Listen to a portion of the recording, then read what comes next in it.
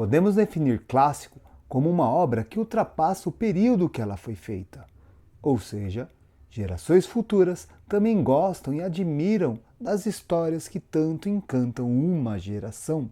Dentro dos animes, podemos citar aqui exemplos como Dragon Ball, que mesmo sendo iniciado na década de 80, ainda hoje faz um baita sucesso. E no vídeo de hoje nós veremos 6 animes que marcaram época e fazem sucesso ainda hoje. E no decorrer do vídeo eu tenho um desafio para você. Eu quero que você comente aqui qual deles foi o primeiro anime e mangá que você teve contato. Topa? No entanto, antes de continuar a chamada, eu sou o André Gussi e esse é Entreter e Conhecer. E após a vinheta, vamos para o conteúdo de hoje.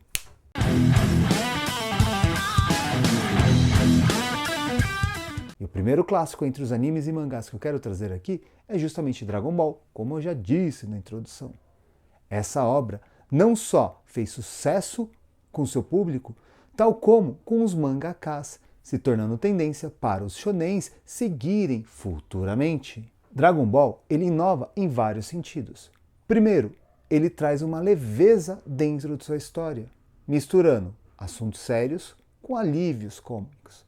Pode ver aí, sempre Goku e companhia tem algumas peripécias, algumas coisas que fazem dar risadas, mesmo que aquelas piadas prontas, como o Mestre Kami ser tarado, o Vegeta estressadinho, o Goku desleixado e tudo mais. Mas isso não era comum antes, e depois vários animes passaram a copiar essa tendência. Mas não para aí, também aquele estilo de cabelo todo bagunçado, isso sem contar na personalidade do protagonista, que antes sempre era um cara sisudo e fechado, agora passa a ser um cara mais leve, mais solto e aberto, e em certa medida até características físicas, como a estrutura do corpo, do cabelo dos personagens passou a influenciar, e o jeito de fazer luta, principalmente na escala de poder.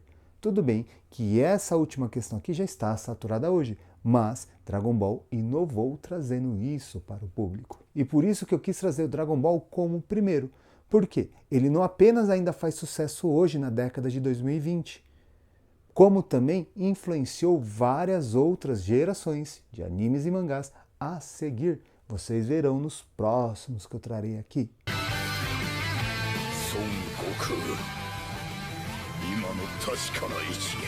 A segunda obra que eu quero trazer aqui que marcou a época é Dragon Quest, ou Adventure of Dai, que aqui no Brasil na década de 90 era conhecido como Fly. Essa primeira versão do anime, que é basicamente um filler se comparado com os que estão sendo lançados hoje, ela fez muito sucesso na TV brasileira, principalmente no SBT. Só que é interessante ressaltar duas coisas dessa obra. Primeiro, que ela é inspirada num jogo do mesmo nome. E o segundo, que esse jogo ele é considerado como um dos mais famosos dentro do Japão e, consequentemente, o mangá e anime. E uma outra curiosidade que é importante ressaltar aqui, que o designer dos personagens, quem cria ou quem aperfeiçoa, é o Akira Toriyama, o mesmo autor de Dragon Ball. E é importante ressaltar que o anime está sendo refeito, porém de uma forma mais canônica, sendo mais fiel ao mangá.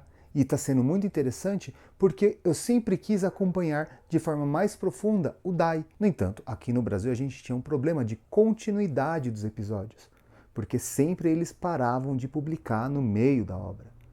E agora, com serviços de streaming, eu consigo assistir numa boa, salvando a minha infância.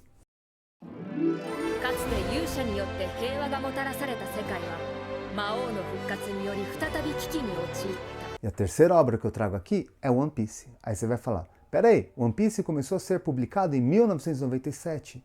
Porém, se você parar para pensar, faz quase 25 anos. Na média, considera-se troca de geração a cada 25 anos. E One Piece já está no ar 24, ele está quase ali batendo essa meta. No entanto, por que eu considero ele como um clássico? Porque a maioria das pessoas que assistem nasceram após o início da sua publicação. E sem contar que aqui tem várias referências mostrando o legado de Dragon Ball.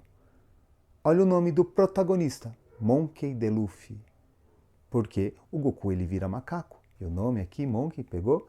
E vai além disso, a característica do protagonista de ser um cara ingênuo, gente boa, com um espírito leve, o mesmo acontece com o Goku e o Luffy, fora o fato de ser um esfomeado de primeira mão.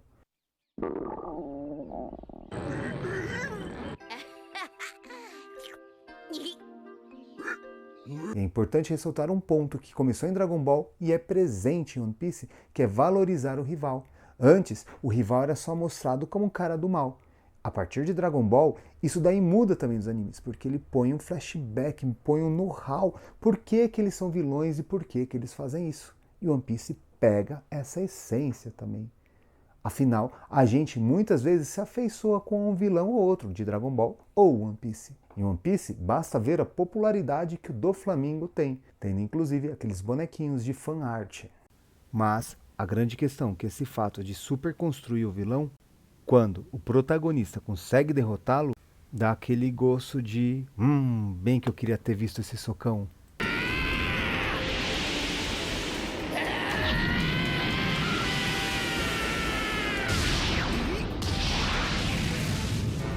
E o quarto anime que eu trago aqui é Pokémon, que também fez muito sucesso aqui no Brasil no início da década de 90. E o interessante é que, assim como One Piece, Pokémon desde 97 vem sendo publicado continuamente. Hoje nós estamos na 8ª geração. Porém, eu confesso que eu assisti apenas a primeira geração, que tinha apenas 151 Pokémons, o Ash tinha que conseguir colecionar todos e tudo mais.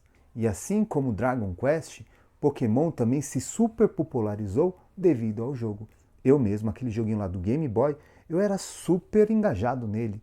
Queria fazer a coleção dos Pokémons assim de toda forma. Isso sem falar na sensação do Pokémon GO, aquele que você ia caçando Pokémon com seu smartphone e a localização por GPS. Isso daí foi uma febre, você via um monte de gente quase sendo atropelada com isso. Mas o importante ressaltar é que ele atravessou gerações. Oh, sim, claro. A quinta obra que eu quero trazer aqui é o Naruto. Afinal, o Narutinho também marcou a época. Eu, como professor, quantas vezes não tive que chamar a atenção dos alunos por estarem falando sobre Naruto ou lendo mangá, enfim, entre outras questões. O Naruto também é ali do final da década de 90. E assim como o Pokémon e One Piece, muitas pessoas que assistem ou assistiram nasceram após o seu lançamento. Sem contar que é outro anime que faz referências diretas a Dragon Ball. Veja o cabelo, o estilo das lutas e o carisma das personagens e a importância que eles dão para os vilões, a construção dos personagens como um todo. Afinal, quem aqui nunca se afeiçoou ao Narutinho e as suas presepadas, hein? Gosto de você. Bom, não me leve a mal. Eu não gosto de você! A sexta e última obra que eu trago aqui é Cavaleiros do Zodíaco, que inclusive foi o primeiro anime que eu tive contato lá na década de 90. E é importante ressaltar que eu assistia nas gravações de VHS que meus irmãos fizeram quando passou a primeira vez na TV, sendo que eles são 8 anos mais velhos do que eu. Então, ou seja, aqui, só nesse meu exemplo familiar, já ultrapassou geração. Sem contar que Saint Seiya começou a ser veiculado lá na década de 80 e ainda hoje faz sucesso. Recentemente, um aluno meu do 6º ano veio me informar que assistiu um arco novo do Saint Seiya. Ou seja, mesmo 35 anos, 36 ou até mais, depois da publicação de Cavaleiros dos Zodíacos, a juventude ainda está assistindo e gostando. E é importante ressaltar que Cavaleiros dos Zodíacos no Brasil serviu para quebrar o tabu de obras violentas, porque muitos canais não queriam passar devido às lutas e tudo mais. E a Manchete foi a primeira que o colocou.